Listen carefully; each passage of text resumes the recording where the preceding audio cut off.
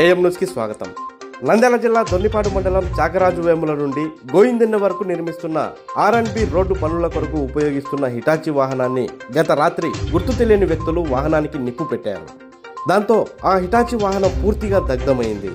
విషయం తెలుసుకున్న వెంటనే జలవనరుల శాఖ ప్రభుత్వ సలహాదారులు గంగుల ప్రభాకర్ రెడ్డి, ఎమ్మెల్యే గంగుల బ్రిజేంద్రారెడ్డిలు సంఘటనా స్థలానికి చేరుకొని పరిశీలించారు. చాకరాజు వేముల గ్రామంలో రోడ్డు పనులకు వాడుతున్న హిటాచీని తగలబెట్టి కొందరు విష సంస్కృతికి జీవం పోస్తున్నారని గంగుల ప్రభాకర్ రెడ్డి అన్నారు.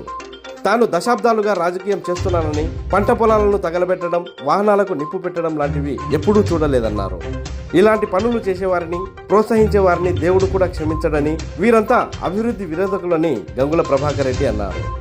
ఎమ్మెల్యే గంగుల బ్రిజేంద్రారెడ్డి మాట్లాడుతూ ఇలాంటి చిల్లర పనులకు ఎవరూ భయపడరని, ఇలాంటి పనులు చేస్తే ప్రజలు అసహించుకుంటారని అన్నారు.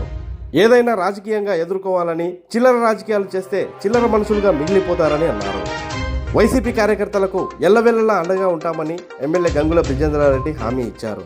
దగ్ధమైన హిటాచి ఓనర్ కాంట్రాక్టర్ శివరామరెడ్డి మాట్లాడుతూ నియోజకవర్గంలో 70 కోట్ల పనులు చేశానని, కానీ ఇలాంటి సంఘటన ఎదురు కాలేదని ఆవేదన వ్యక్తం చేశారు.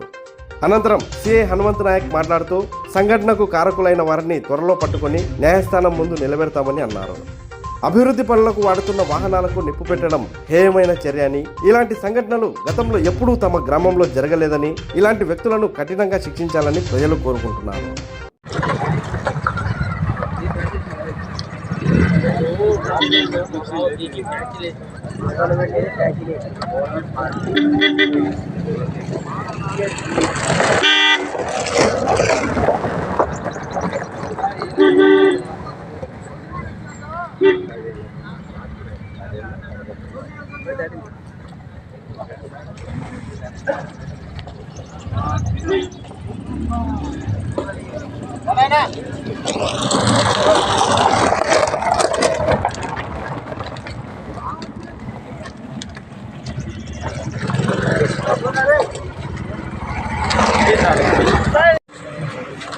ఎప్పుడు లేదు ఇది ఎందుకో ఇప్పుడు వాళ్ళు కూడా కాంట్రాక్టర్ల దగ్గర కూడా చెప్తున్నారు.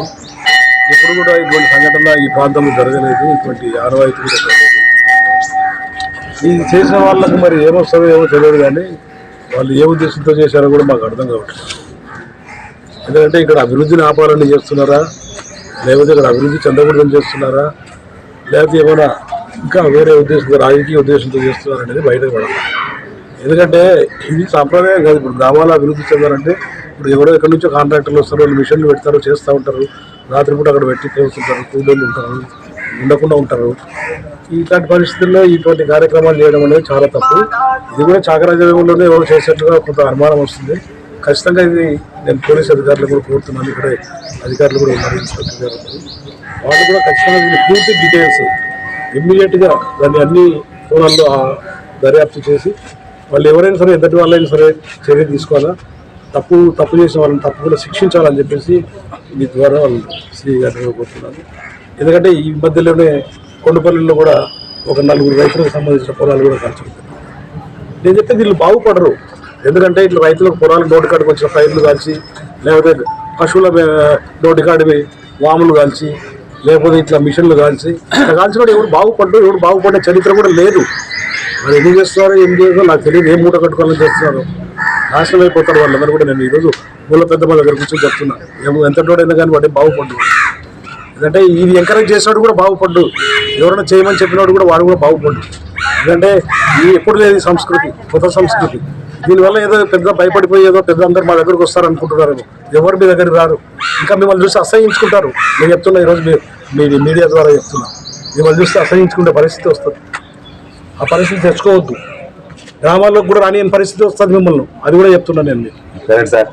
కాబట్టి మీరందరూ కూడా దయచేసి ఇటువంటి దాన్ని కూడా ఈ గ్రామస్తులు కూడా, గోవింద గ్రామస్తులు కూడా నేను కోరుతున్నాను, అందరూ కూడా దీనిపైన నిగ్గు తెలిసి మీరు కూడా ఉన్న ఇన్ఫర్మేషన్ అధికారులకు ఇచ్చి, అటు శాఖరాజంలో కానీ ఇటు గోవిందని కానీ గ్రామస్తులందరూ కూడా పోలీసు అధికారులకు సహకరించి వాస్తవాలను నిగ్గు తెలిసి వాళ్ళని అందరూ కూడా శిక్షించాలని చెప్పేసి మీ ద్వారా కోరుకుంటూ, ఎంతటి వాళ్ళనైనా వదిలిపెట్టే సమస్య లేదని చెప్పేసి మీ ద్వారా నేను తెలియజేస్తాను.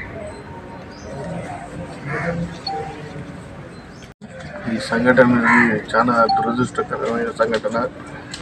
ఎప్పుడు కూడా గతంలో ఇటువంటి పరిస్థితులు ఎప్పుడు కూడా జరగలేదు.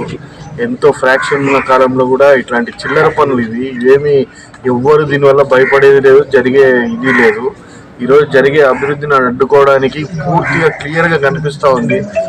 జరిగే అభివృద్ధిని ఏదో ఒక విధంగా అడ్డుకోవాలని చెప్పే ప్రయత్నమే తప్పితే ఎక్కడ కూడా దీంట్లో ఇంకో కోణం కనపడడం లేదు. అధికారులు కూడా చెప్పడం జరిగింది, ఖచ్చితంగా తొందరలోనే ఎవరైతే చేసినారో ఎంతటి వారైనా కానీ దాని వెనక ఎవరున్నారో, చేసిన వాళ్ళ వెనక ఎవరున్నారో అందరినీ కూడా బయట పెట్టాలా, ఖచ్చితంగా ప్రజలకి తెలియాలా ఎవరు ఎటువంటి వాళ్ళు అనేది.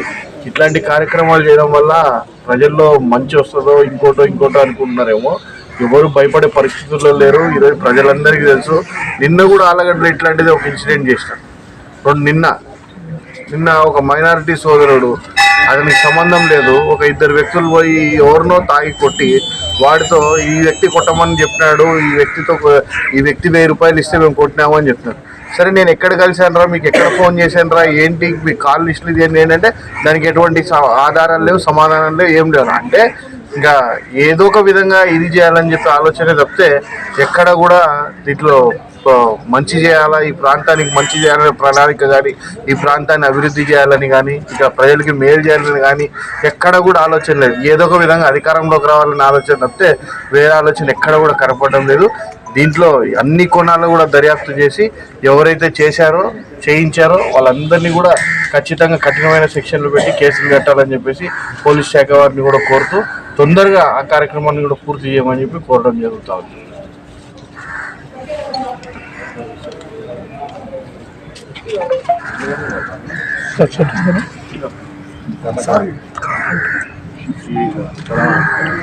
సార్ మీరు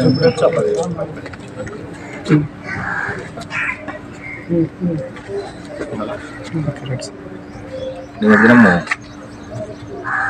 శివరామరెడ్డి గారు రోడ్ కాంట్రాక్టర్ హిటాచిని ఎవరో ఉద్దేశపూర్వకంగా కాల్చడం జరిగిందని చెప్పేసి ఫిర్యాదు ఇవ్వడం జరిగింది. దానిపైన మేము కూడా అందరూ కూడా ఆ సీన్లోకి వెళ్ళాము. చూస్తే అక్కడ ఉద్దేశపూర్వకంగానే చేసినట్టుగా భావిస్తున్నాము. దానిపైన కంప్లైంట్ తీసుకొని రాత్రి కేసు కూడా నమోదు చేయడం జరిగింది. క్లూస్ టీమ్స్ కూడా వస్తున్నాయి, క్లూస్ టీమ్స్, డాగ్ స్క్వాడ్స్ అన్నీ వస్తున్నాయి. అంటే దీంట్లో ఎవరు పాత్ర ఉంది ఏమనేది ఇవన్నీ కూడా ఆరా తీస్తున్నాం. త్వరలో ఖచ్చితంగా దీన్ని ఫైనలైజ్ చేసి ఎవరైతే బాధ్యులుగా ఉంటారో వాళ్ళని ఖచ్చితంగా అరెస్ట్ చేస్తామని చెప్పేసి కోరుకుంటున్నాం.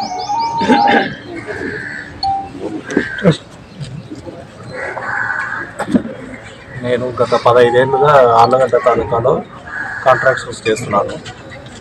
ఈ 5 ఏళ్లలో విపరీతంగా దాదాపు 70 కోట్ల వరకు చేశాము ఆళ్ళగడ్డ తాలూకాలో. ఎక్కడ చిన్న ఇన్సిడెంట్ కూడా జరగలేదు. రాత్రిలో గుట్ట మిషన్లు, ఆహోబిలం రోడ్లు కానీ, చార్మార్ రోడ్లు కానీ ఎక్కడ పెట్టినా కానీ జరగలేదు. కానీ ఈ రోడ్డులో మాత్రం జరిగింది. దీనికి కొన్ని ఇన్సిడెంట్లు కూడా కారణంగా ఉన్నాయి. అవి కూడా నేను పోలీసు వారికి చెప్పాను. అది వాళ్ళు తగిన చర్య తీసుకోవాల్సిందిగా కోరుతున్నాను.